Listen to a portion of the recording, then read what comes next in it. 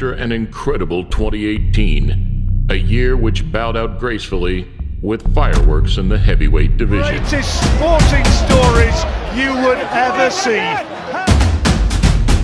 We go again, starting with a bang.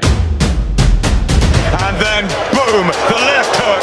Pay-per-view banger. An all too familiar contrast between two very distinct figures. I'm just ready to take what's mine. Two fighters who, especially on their A game, stand at the pinnacle of the sport. It's gonna be the same as he was before, obviously age, but he still has power and he can still hurt you. You know, I got a chance of a lifetime and I'm ready. Speed, agility, and power, with world titles in 12 weight classes combined.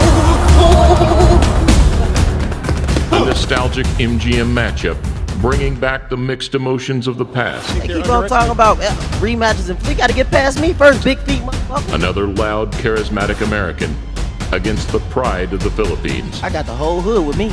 H-O-O-D. Welcome to Pacquiao versus Broner, a Motivational presentation.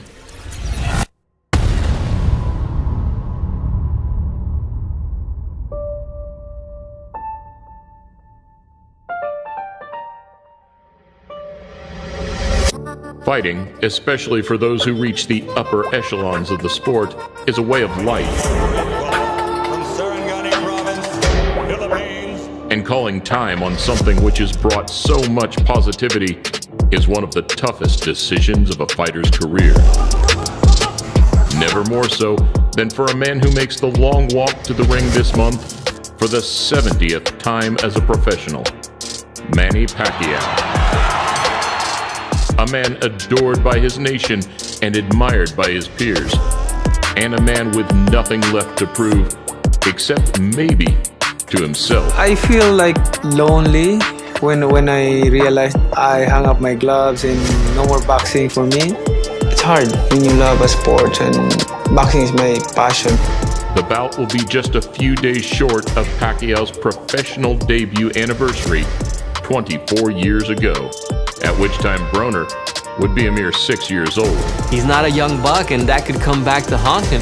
All right, tail of the tape for Lisanola Ledwaba against Manny Pacquiao.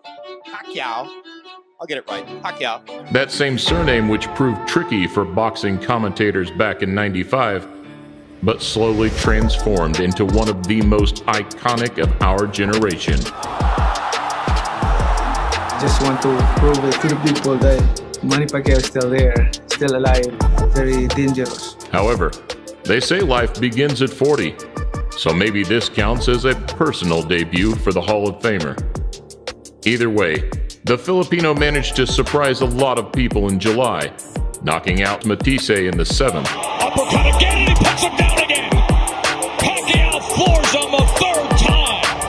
Whilst it's not quite the same buzzsaw style that terrorized opponents pre-2015, many of its trademark attributes remain.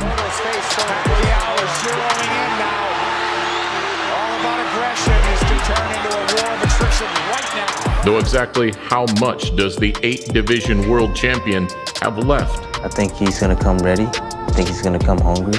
And I think that he's going to be set out to prove once again that he's one of the best fighters this era. I think it's a gauge for Manny. You know, we're gonna see where Manny's at right now. So. Initially returning with his eyes on Mayweather, Pacquiao has now found himself deep within a stacked-out welterweight division. And it's these question marks which keep the demand driving to see Pacquiao test himself against today's very best. Namely, an outspoken and flamboyant character, even more eager to put his name back where it belongs. I definitely want to show everybody that I'm still the AB that everybody once feared. A man who has had to adjust all aspects of his life to be gifted a rare second chance in a sport which offers very few. It means a lot to me, honestly. A win, I turned a legend overnight. Unpredictable yet audacious, an Adrian Broner event is still one of boxing's most captivating wildcards. Despite having impeccable skills, timing, and power, the Cincinnati fighter has never quite fulfilled his potential. Though, back with Kevin Cunningham and working alongside Gervonta Davis, Broner is still capable of shocking the world, maybe now more than ever.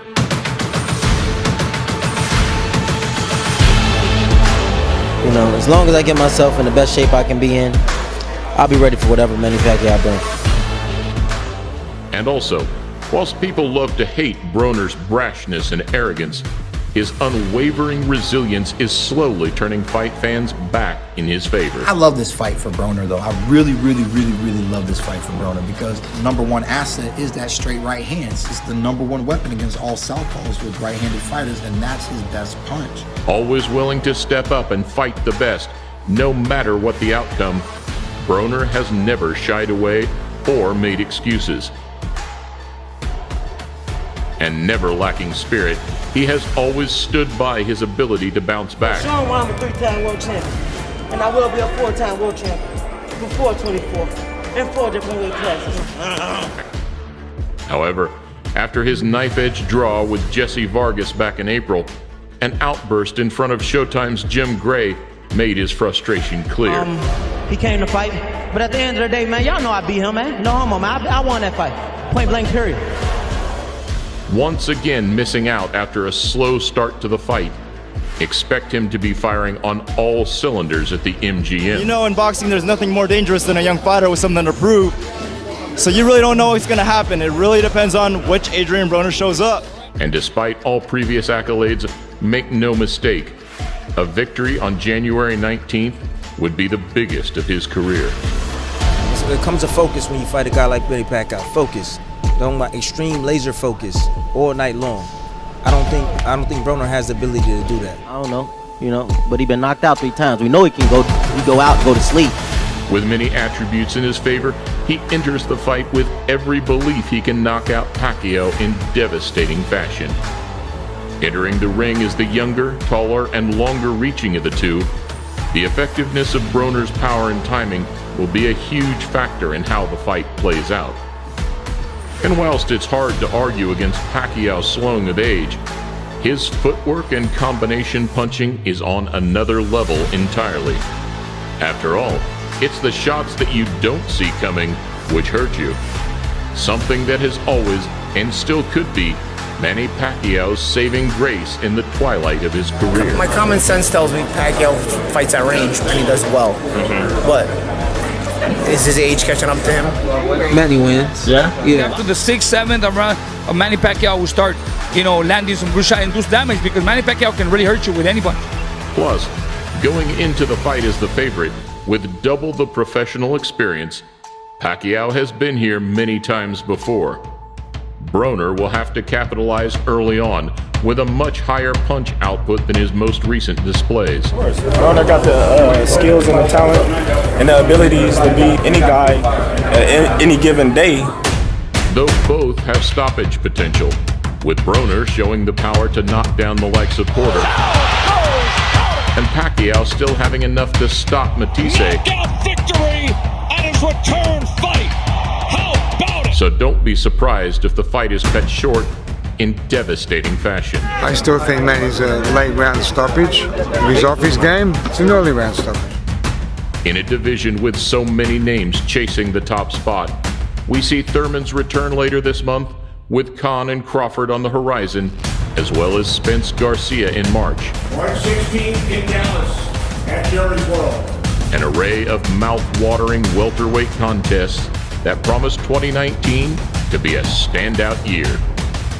Though on the 19th of January at the MGM Grand, we await a huge, must-win fight for two of boxing's elite. Again, picking up the pace, throwing punches and punches. Welterweight champion of the world. A showcase of speed versus timing and age versus youth. The Pac-Man against the Can-Man. Pacquiao versus Broner.